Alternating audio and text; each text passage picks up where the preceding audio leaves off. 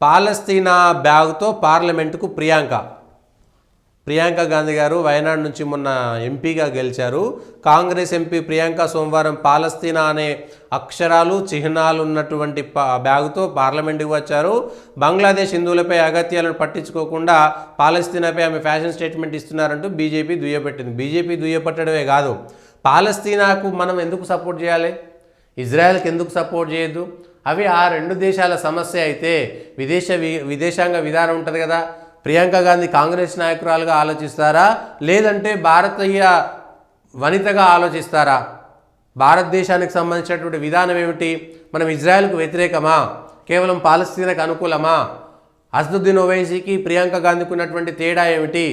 బంగ్లాదేశ్లో హిందువులపైన అత్యాచారాలు జరుగుతుంటే, భారతదేశంలో హిందువులపైన అత్యాచారాలు జరుగుతుంటే వాటిని పట్టించుకోకుండా పాకిస్తాన్లో హిందువులను వెళ్ళగొడితే, ఆఫ్ఘనిస్తాన్లో హిందువులను వెళ్ళగొడితే ఏ ఒక్కరోజు హిందువుల కోసం ఒక కన్నీటి చుక్కను కూడా కార్చినటువంటి వాళ్ళు ఇవాళ పాలస్తీనా కోసం మాట్లాడడం అనేటువంటిది ఏ విధంగా చూడాలి?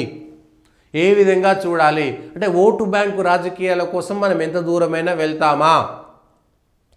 కాంగ్రెస్ అయినా బీజేపీ అయినా ఏ పార్టీ అయినా దేశం తర్వాతనే, దేశం కోసమే కదా ఉండాల్సినటువంటి పార్టీలు. పాలస్తీనాకు మద్దతు ఇవ్వడం వల్ల భారతదేశానికి ఏమైనా లాభం ఉన్నదా? మరి బంగ్లాదేశ్లో వందలాది వేలాది లక్షలాది కోట్లాది మంది హిందువులంతా ఏమైపోయారు? పాకిస్తాన్లో ఉన్నటువంటి కోట్లాది లక్షలాది హిందువులంతా ఏమయ్యారు?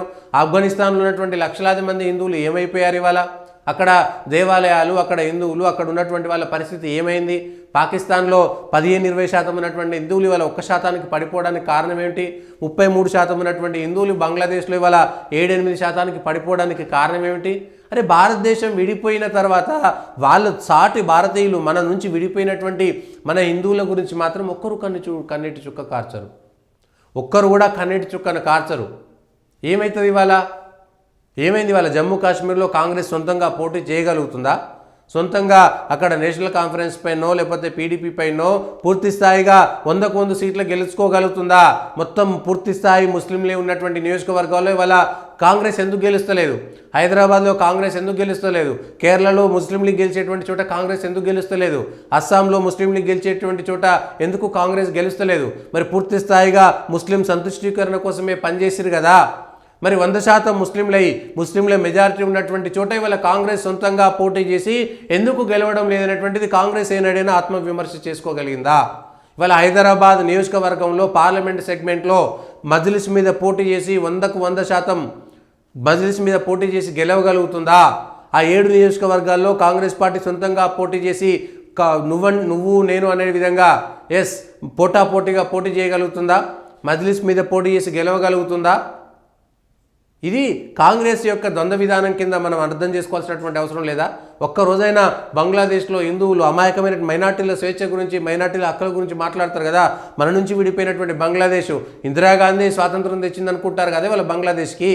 మరి అదే బంగ్లాదేశ్కు స్వాతంత్రం ఇచ్చినటువంటి భారతదేశం సంబంధించినటువంటి హిందువుల మీద, భారత్ మీద విషం కక్కుతుంటే మనం ఎందుకు దానిపైన స్పందించట్లేదు ఇవాళ?